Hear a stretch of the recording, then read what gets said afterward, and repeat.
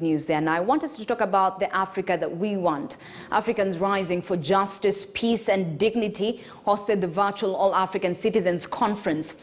The event was one of the largest online Pan-African gatherings, bringing together activists, leaders, youth movements and engaged citizens from across Africa and the diaspora under the theme Enhancing Solidarity towards Building the Africa that we want. As we continue to witness the shrinking of political and civic spaces, heightened levels of corruption, inequalities, curtailment of the freedom of expression, association and assembly in many countries across the continent, this conference provides a crucial platform for African citizens to collaborate in the effort to bring positive social change to African communities. Now, joining me to discuss more about the Africa we want as Kenya celebrates its heroes is Asha Jafar, who recently won the African Rising Activist of the Year award. Welcome to Bottomline Africa and happy Mashujaa Day. Thank you for having me. Are you happy about the curfew? Yeah, pretty excited about it. Finally. Well, let's just get straight to the conversation. I'll pick from what President Uhuru Kenyatta did say during his speech. The future is a destination we create block by block. This is a destination we still hope that we will reach, not just in the country, but in Africa in general.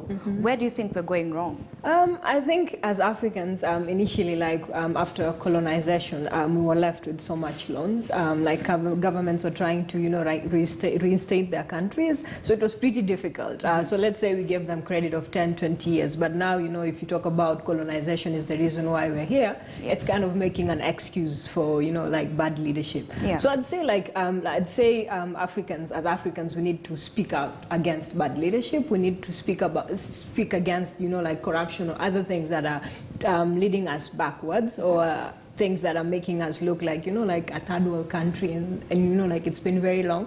And Kenya is considered one of the most progressive countries in Africa. So some things don't make sense. And as much as we try to justify, colonization drugged us, it doesn't. What are the things that don't make sense?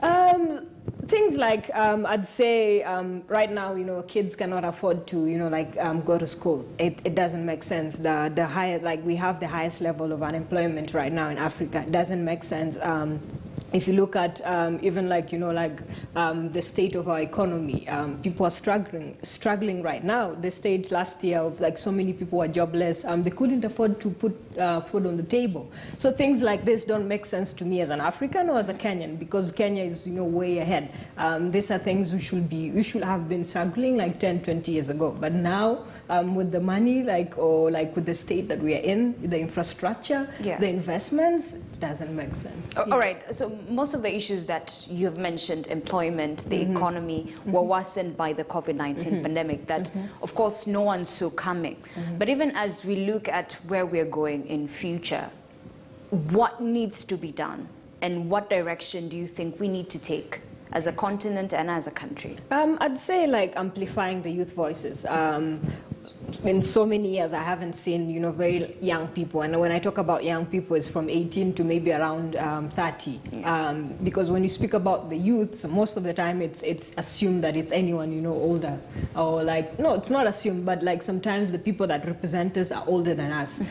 So for me, I'd say amplifying the youth voices, amplifying women's voices, or any marginalized communities, because these are the people that are facing the hardship. If you talk about how many people lost their jobs, they are the youth. How many people, lost an income and they couldn't sustain their families? The women. So if we continue to amplify the voices of people who have for years been marginalized, then I think we'll see change. Because then previously, we gave voices to men, we gave voices to older people, we gave voices to different privileged groups. But right now, if we refocus and see who are the people that we're leaving behind, probably that's where we, we made a mistake or we forgot. All right. When you talk about the youth, of course, first of all, do you think the youth are ready to take such responsibility? Kenyan youth, looking at all of us in general, do you think we're ready for that kind of responsibility? It's a 50-50 situation. I'd say we need proper mentorship and proper grounding. And I'm not saying that older, people 45 and over do not benefit in any way in leadership. They can play a role in mentoring us.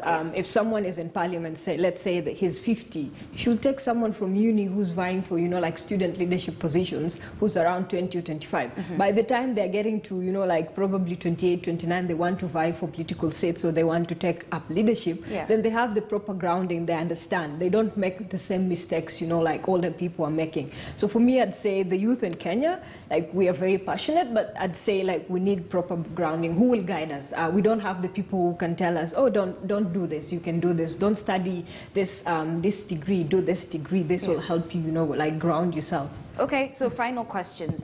You've talked about so many issues, and it seems to be a cycle that keeps on repeating itself. One, you know, generation after another generation. If you take a look at what you're saying right now, the fact that we need people who can guide our youth, how sure are we the issues that we've been having, corruption, governance expert, the youth are looking up to those same people who are in government? So are we really solving the problem or making it worse? Yeah, it's like a repetitive cycle. Like, you know, like if you go into, you know, a place that is burning, eventually you'll end up burning. So yeah, we lack proper guidance. So, you know, like you've said, the people we are looking up to are the people, you know, showing us the bad example. So who will guide us, and who are these people that... But I'm sure like we have good leaders that can, you know, like set an example, but do they get the platform to actually speak out? Like, are we in a position in Kenya where people who are doing good are actually given the platform to speak about, you know, like good leadership? And yeah. So do you think policies would help? Policies do help. I'd say like youth policies have helped a lot, even with the like government policies that are helping the youth become financially stable or get an education, like, you know, like things like student loans and things like that. I'd say some policies do work, but also these policies, you need to involve youth in the decision-making, you know, process. You can't just say that, you know, this is a youth policy, but you never involved any youth. So we will not embrace it because we don't feel part of it.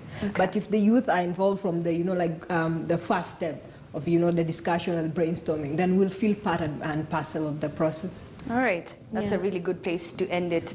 Inclusivity is important in our future as we continue to build and be architects of our future, using the president's words. Well, thank you very much, Asha Jafar. Thank you so much. Who recently won the African Rising Activist of the Year award. She just joined us briefly just to take a look at the Africa that we want. Where do you think we want to be in the next 10 or so years?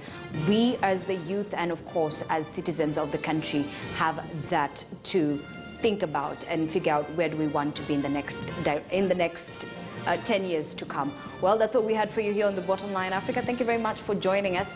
I am Ashley Mazuri. I leave you with the proverb of the day.